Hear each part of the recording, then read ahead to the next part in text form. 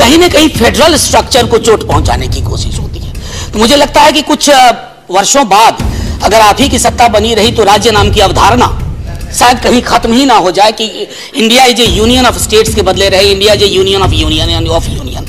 तो वो एक पहली चिंता है। एक बात तो जानते हैं कि संसद भवन लगा हुआ है और उसी संसद भवन में एक सांसद सभी पेंशनर्स के हित में ऐसे गरजे कि मोदी शाह देखते रह गए। एक बार देखिए उसी सांसद की यह video. Thank you. Professor Manoj Kumar Jha. शुक्रिया उपसभापति महोदय। ये वाइल्ड लाइफ प्रोटेक्शन बिल कई बाधाओं को पार करके आज इस मुकाम तक पहुंचा है। मैं माननीय मंत्री जी का बहुत बहुत धन्यवाद करता हूं। बहुत वक्त लगा, हम सुनते थे कि इस पर ये काम हो रहा है, इस पर ये काम हो रहा है, इस पर यहाँ टेस्टिमोनियल आ रहा है।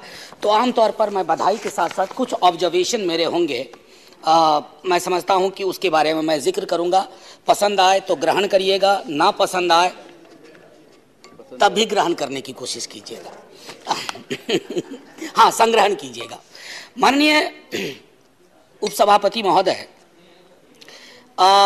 इस बिल का क्यों आना हुआ, क्या वजह है, ये हम सब जानते हैं। मंत्री महोदय ने अपने आरंभिक संबोधन में इस पर बातें रखी।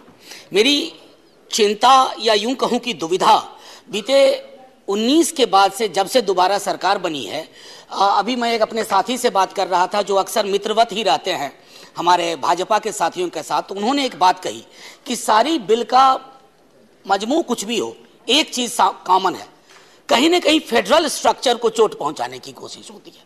तो मुझे लगता है कि कुछ वर्षों बाद अगर आप ही की सत्ता बनी रही तो राज्य नाम की अवधारणा शायद कहीं खत्म ही ना हो जाए कि India is A union of states के बदले रहे India is A union of union. तो वो एक पहली चिंता है, जो कि सब कुछ आप जानते हैं। आप ही मैनेजमेंट अथॉरिटी बनाएंगे, आप ही साइंटिफिक अथॉरिटी बनाएंगे, आप ही को एम्पावर किया जाना चाहिए। माननीय मंत्री महोदय ने एक बात कही, और जो बात उन्होंने सही कही, कि ये यूपीए के दौरान का ही कमिटमेंट था। जाहिर है हमारा कुछ इंटरनेशनल कमिटमेंट, बीते दिनों अंटार्कटिका वाला बिल इसी सदन से पास हुआ, कहा गया कि ये कमिटमेंट है। तो मैं सदन के समक्ष आपके मद्देनजर, आपके माध्यम से कुछ वैसे कमिटमेंट्स भी रखता हूं जिस पर फौरी तौर पर पहल होनी चाहिए, because we have largely been silent on those. Couple of them I just note. International covenant on economic, social and cultural rights, which talks about no distinction.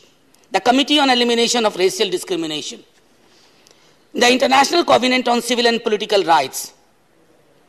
United Nations Convention Against Torture and Other cruel, inhuman or degrading treatment or punishment.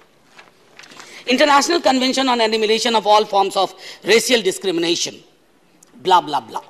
Lot many. अभी आज सुबह ही माननीय प्रधानमंत्री जी ने भी कहा, फिर माननीय विदेश मंत्री साहब ने भी कहा, माननीय सभापति महोदय जिन्होंने आसन ग्रहण किया, G20 की बात की। एक पृथ्वी, वन अर्थ, कहते हैं ना, वन फैमिली वन फ्यूचर।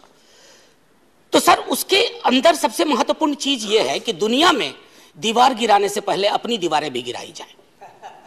अब वो एक हमारा उद्देश्य होना चाहिए इसको, क्योंकि ये वाइल्ड लाइफ प्रोटेक्शन में भी जब आप G20 में और बाकी देशों के साथ बात करेंगे तो बहुत सारी चीजें आपके लिए एक्सचेंज की बात होगी। अब एक मसला जिसको आपने कमोबेश एड्रेस नहीं किया है पूरी शिद्दत से माननीय मंत्री महोदय, अभी सितंबर के महीने में 8 चीते आए इस देश में, कुनो बड़ी चर्चा हुई। चीते ने कब खाया, चीता कब उठा, चीता ठीक से नहीं सोया, चीता आज रात बढ़िया से सोया, अब चीते ने जवाब देना शुरू कर दिया है। तो चीतामय हो गया था पूरा देश। चीते की आवाज, चीते क्या, चीतामय। अब चीतामय देश में हम भूल गए कि सहरिया ट्राइबल्स के साथ क्या हुआ। बगचा गांव के सहरिया ट्राइबल्स को डिस्प्लेस किया गया। तो मैं, देखिए, मैं जानवर एनिमल विरोधी नहीं, हो भी नहीं सकता, बहुत ट्रेनिंग मिली है, लेकिन सर ईश्वर न करे कभी ऐसी विधा हो हमें चुनना पड़े कि जिंदा इंसान उनके सरोकारों से विमुख जा, कितना दूर तक हम जा सकते हैं।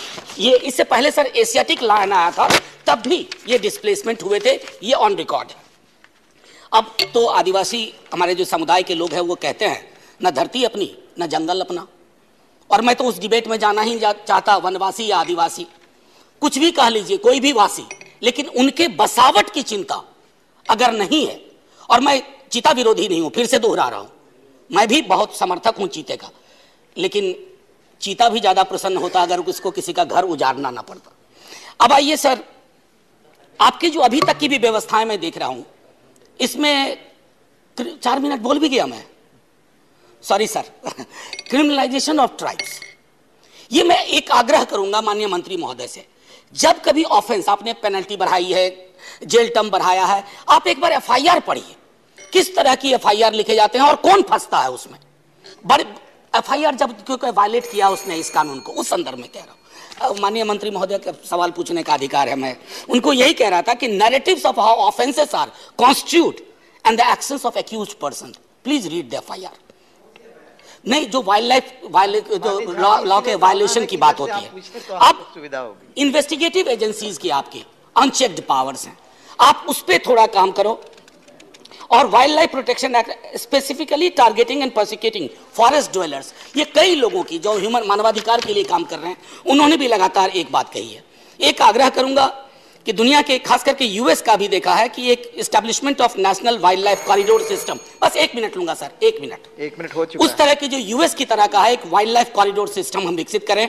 और आखिरी में कहूंगा, मैं ये कहना नहीं चाहता था, सेक्शन 1 कई साथियों ने कहा 43, हाथी पे बड़े मेहरबान है आप, मतलब मेरी समझ में नहीं आया, हाथी मेरे साथी फिल्म कितना पहले रिलीज हुई थी, लेकिन हाथी के महिमा मंडन में आपने एक रिलीजियस एंड अदर पर्पसेस, तो बाकी के स्पेसीज ने क्या बिगाड़ा है।